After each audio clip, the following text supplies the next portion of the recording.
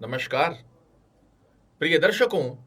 मैं पूर्ण विश्वास के साथ कह सकता हूं, अब तक आपने शनि उदय से संबंधित कोई ना कोई कार्यक्रम अवश्य रूप से देख लिया होगा, जहां आपको हमेशा की तरह यही बताया गया कि शनि महाराज कुंभ राशि में उदय हो गए हैं। अब कुंभ राशि वाले जातकों के ऊपर छप्पड़ फाड़कर होने जा रही है धन की वर्षा, जबकि हकीकत से आप भली भांति अवगत हैं कि ऐसा देखने को कुछ मिल नहीं रहा है। उसके पश्चात भी इस कार्यक्रम में मैंने थंबनेल में आपको लिख कर दिया है कि आने वाले पूरे 344 दिनों में शनि महाराज आपको बहुत कुछ बड़ा देना चाहते हैं। जरा ध्यान से समझिएगा, शनि देव छप्पड़ फाड़कर धन की वर्षा करेंगे और शनि देव बहुत कुछ बड़ा देना चाहते हैं। करेंगे और चाहते हैं में मित्रों बहुत बड़ा फर्क होता है, और इस फर्क को जब आप अच्छे से समझ लेते हैं तो मैं विश्वास दिला सकता हूं कि इन 344 दिनों में आपके जीवन में बहुत बड़े परिवर्तन आते हुए आपको दिखाई देंगे, या फिर कहा जा सकता है कि ये 344 दिन कुंभ राशि वाले जातकों के लिए गेम चेंजर सिद्ध हो सकते हैं। ध्यान से समझिएगा, शनि देव आपके लग्नेश हैं।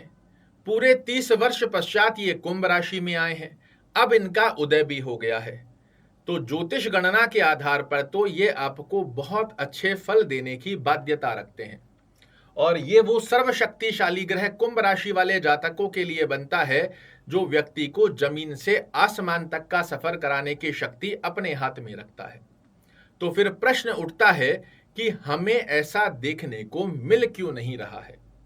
वो इसलिए कि आज तक हम चारों तरफ से जो जानकारी प्राप्त कर रहे हैं वो अधूरी जानकारी प्राप्त कर रहे हैं। सिर्फ एक ग्रह के आधार पर इस फलादेश को सुन सुनकर खुश तो हो जाते हैं कि अब जीवन में बड़े परिवर्तन आएंगे, अब छप्पड़ फाड़कर धन की वर्षा होगी, किंतु हकीकत से आपसे भली भांति कोई अवगत नहीं है। पहले समझिए शनि महाराज की स्थिति आपके जीवन में क्या क्या बड़े लाभ दे सकती है।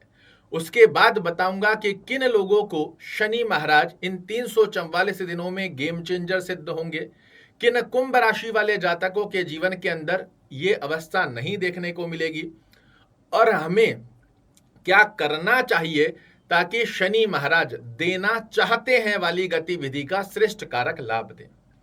शनि महाराज का आपके लग्न में बैठना यह सर्वश्रेष्ठ स्थिति को दर्शाता है कि आपके व्यक्तित्व की स्थितियां बहुत अच्छी बनकर आए, आपके आचार विचार व्यवहार स्वभाव के अंदर न्याय मूर्ति की स्थिति शनि महाराज की कृपा से प्राप्त हो, आपके जो डिसीजन हो ये काबिले तारीफ हो, मन में किसी प्रकार का तनाव बन रहा है इसे शनि महाराज समाप्त करते हैं। आपके निर्णय ना सिर्फ आपको आगे बढ़ाते हैं अपितु आपके परिवारजनों को भी कैसे उन्नति का रास्ते की तरफ आगे बढ़ाया जाए, कैसे आपके माध्यम से भौतिक सुखों को पूरित कर घर में सुख समृद्धि का वृद्धि किया जाए, इस प्रकार का आशीर्वाद शनि महाराज आपके लग्न में बैठकर देते हैं। शनि महाराज के हाथ में 3 दृष्टियां होती हैं, जहां ये बैठते हैं वहां से तीसरे घर को, 7वें घर को और 10वें घर को देखते हैं। ऐसी स्थिति में तीसरे घर से ये देख रहे हैं आपके पराक्रम भाव को। इस स्थान पर शनि महाराज क्या फल देने चाहिए, तो आप जो मेहनत कर रहे हैं उसके रिजल्ट बनकर आने चाहिए। छोटे भाई बहनों का सहयोग आपको प्राप्त होना चाहिए। निवेदन करूंगा कार्यक्रम को पूरा देखिएगा।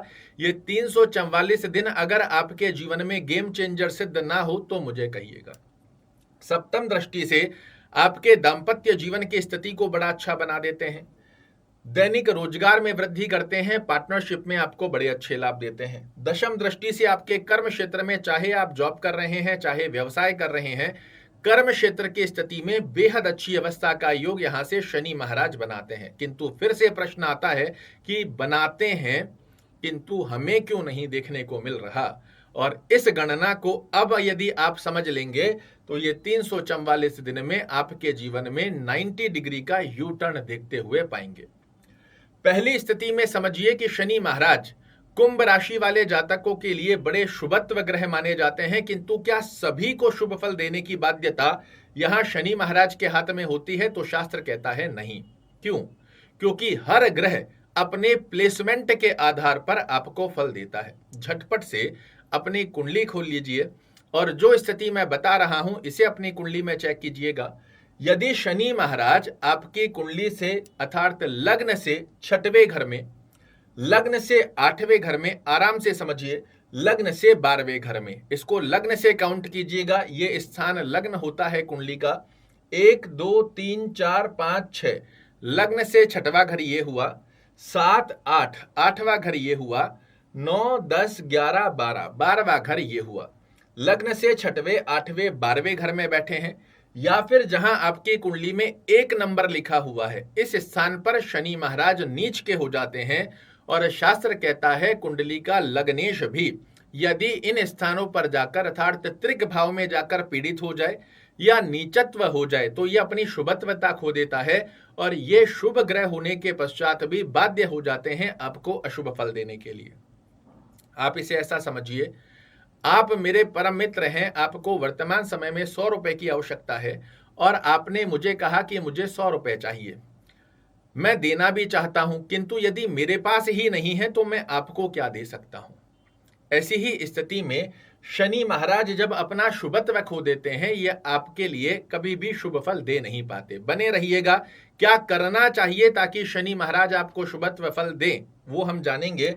उसी से बिल्कुल विपरीत अवस्था में यदि शनि महाराज नीच के नहीं होकर बैठे हैं, 6 8 और 12वें घर में नहीं है, इन 4 स्थानों को छोड़कर जहां आपकी कुंडली में बने हुए हैं और डिग्री वाइज बलवान बने हुए हैं, तो ये 344 दिन आपके जीवन के गेम चेंजर सिद्ध होने जा रहे हैं।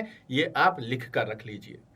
किंतु अब एक प्रश्न और बनता है जिसे सुलझाना जरूरी है, क्योंकि जब तक समस्या की जड़ में नहीं जाओगे तब तक उसे समाप्त नहीं कर पाते। यहां शनि महाराज आपका हाथ पकड़कर आपको आगे ले जाना चाहते हैं, किंतु एक अवस्था पर और गौर फरमाइएगा, शनि महाराज से एक घर आगे राहु महाराज बैठे हैं और इस स्थान पर ये अपनी शत्रु कारक राशि में आपको पैर पकड़ने की स्थिति बनाते हैं। आप जीवन में आगे बढ़ना चाहते हैं, किंतु यदि कोई आपका पैर पकड़कर खड़ा है, क्या आप आगे बढ़ सकते हो? तो आप सभी लोगों का जवाब होगा नहीं। और उसी समस्या का समाधान आपके लिए मैं लेकर आया हूं। आप लोगों को ध्यान होगा, आपसे कुछ दिन पहले ही मैंने एक सीरीज बनाई थी, शनि के आने वाले 12 माफ कीजिएगा, राहु के आने वाले 12 महीने। किस प्रकार राहु आपके जीवन में समस्याओं का भंडार इकट्ठा करता जा रहा है, किन किन गतिविधियों का नकारात्मक दृष्टिकोण राहु महाराज बना रहे हैं, और जो भांडा फोड़ा जा रहा है वो शनि महाराज के सर पे कि शनि की 7.5 चल रही है, इसलिए आपको जीवन में अच्छे लाभ नहीं देखने को मिल रहे। जबकि हकीकत ऐसा नहीं है। शनि की 7.5 की स्थिति में भी कुंभ राशि वाले जातक बहुत ऊंचाइयों को प्राप्त करते हैं। पहली स्थिति में 6 8 12 में ना हो, नीचस्थ अवस्था में ना हो, और शनि देव का प्लेसमेंट आपकी कुंडली में अच्छा बना हुआ है। शनि की 7.5 कब समाप्त हो जाती है व्यक्ति को पता ही नहीं पड़ता। किंतु यहाँ मेन प्रॉब्लम जो क्रिएट कर रहे हैं वो राहु महाराज। आपने नोटिस भी किया होगा, शनि महाराज आपको धीरे धीरे कर कर आगे ले जाते हैं, 99 तक पहुंचा देते हैं, और राहु महाराज पैर पकड़कर फिर से लाकर शून्य पर खड़ा कर दे रहे हैं। ऐसी कंडीशन जब बनती है तो हमें क्या करना होता है? जो पैर पकड़कर खड़ा है उससे पैर छुटा लीजिए, और जो हाथ पकड़कर आगे बढ़ाना चाह रहा है इसका हाथ थाम लीजिए। फिर इन 344 दिन का आनंद आपके जीवन का सर्वश्रेष्ठ आनंद ना बने तो देखिएगा। राहु की शांति की स्थिति को कैसे बैलेंस किया जाता है इसको इसी कार्यक्रम में बताएंगे, तो ये बहुत बड़ा हो जाएगा। आपसे निवेदन करूंगा, यदि सच में इन 344 दिनों का आनंद लेना चाह रहे हो, अगर आपने राहु का 12 महीने वाला वीडियो देखा है बहुत अच्छा है, उसके उपाय जरूर से करते रहिए। नहीं देखा है तो आपको लिंक, उस वीडियो का लिंक मैं डिस्क्रिप्शन बॉक्स में दे रहा हूं, और आपसे निवेदन करूंगा कि जरूर से राहु महाराज का वो कार्यक्रम देखकर राहु के उपाय जरूर से कीजिए, क्योंकि हर व्यक्ति जीवन में आगे बढ़ना चाहता है, किंतु यदि कोई पैर पकड़कर खड़ा है तो नहीं बढ़ पाओगे।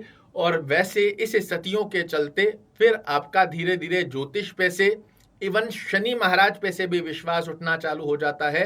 तो आपकी मेहनत के परिपूर्णता से रिजल्ट बनकर आए, उस निमित्त राहु का ये उपाय कर कर देखिए, और देखिए रोजाना परेशान होने से बहुत बढ़िया है कि छोटे छोटे से उपाय कर कर इन समस्याओं से बाहर आकर अपने जीवन को खुशहाल स्वरूप में व्यतीत किया जाए। वो कार्यक्रम जरूर से देखिएगा, लिंक डिस्क्रिप्शन में है। शनि महाराज की स्थिति को कैसे मजबूत करना चाहिए ताकि इन 344 दिनों में हमारे जीवन में श्रेष्ठ कारक रिजल्ट बनकर ये गेम चेंजर सिद्ध हो जाए। जिन लोगों की कुंडली में शनि महाराज अच्छी अवस्था में बने हुए हैं या जिन लोगों की कुंडली में 6, 8, 12 में बने हुए हैं, दोनों ही व्यक्तियों को ओम शन शनैश्चराय नमः का जाप जरूर से करना चाहिए, शनि चालीसा का पाठ जरूर से करना चाहिए। इसी के साथ में दोनों में क्या डिफरेंस रखना है, अगर शनिदेव आपकी कुंडली में एक अच्छे भाव में बने हुए हैं, आप शनिवार के दिन ब्लैक और ब्लू का सर्वाधिक मात्रा में सेवन कीजिए। कुंडली में अच्छे भाव में होने के चलते आप नीलम धारण कर सकते हैं, फिर भी मैं आपको रिकमेंड करूंगा किसी अच्छे विद्वान से अपनी कुंडली का एनालिसिस करवाने के पश्चात धारण करें तो ज्यादा बेटर है। यदि आपकी कुंडली में लग्न से 6वें, 8वें, 12वें घर में या नीचस्थ अवस्था में बने हुए हैं, कोई कितना भी कहे गलती से नीलम मत धारण कीजिएगा। शनिवार के दिन ब्लैक और ब्लू का सेवन मत कीजिएगा और शनिवार के दिन किसी गरीब व्यक्ति को तेल में तली हुई वस्तु जैसे कोई कचौड़ी, समोसा, पकौड़ी, ऐसा कुछ भी किसी गरीब व्यक्ति को देते हो, ये आपके लिए बहुत अच्छी अवस्था बनेगी। ध्यान रखिएगा, ये न्याय मूर्ति के कारक ग्रह हैं। किसी के साथ छल कपट, बेईमानी, धोखाधड़ी, किसी का पैसा हड़पना, किसी की हास्यप्रद अवस्था को निर्मित करना, ये आपके लिए अपने घर में आई लक्ष्मी को वापस भेजने जैसा है। और जब इन गतिविधियों से, नकारात्मक गतिविधियों से दूर रहोगे, आप खुद विश्वास नहीं कर सकते अपने आप पर कि इन 344 दिनों में शनि महाराज आपको इससे कई गुना ज्यादा देकर इस 344 दिनों में आपका जीवन का गेम चेंज करने की दक्षता रखते हैं। तो पहली अवस्था में शनि की आराधना कीजिए।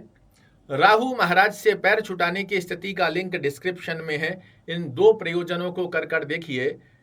अंधविश्वास, ज्योतिष में कुछ नहीं होता, जो हमारी किस्मत में लिखा है वो होकर ही रहेगा, इन सब गतिविधियों से बाहर निकालने की दक्षता इस ग्रह में है। और जब आप राइट वे के अंदर अपने जीवन में ग्रहों को समझते हुए कार्य करते हो तो ये ज्योतिष एक साइंस है और इसे हमारे पूर्वजों ने, इवन साइंटिस्टों ने भी स्वीकारा है। किंतु सबसे बड़ी समस्या ये है कि आप तक सही जानकारी पहुंचते ही नहीं है। ख्वाबी पुलाव हर तरफ आपको पुरसे जाते हैं, अब छप्पड़ फाड़कर, किंतु ना बाबा जी आते हैं ना ताली बजती है। एक बार मेरे कहने से इस प्रावधान को कीजिए, आपके लिए बहुत बड़ी स्थिति का योग शनि महाराज निर्मित करने जा रहे हैं। आशा करता हूं मेरे द्वारा दी गई ये जानकारी आपको पसंद आएगी। कल फिर से एक नई जानकारी लेकर आपके सामने उपस्थित होऊंगा। तब तक के लिए नमस्कार।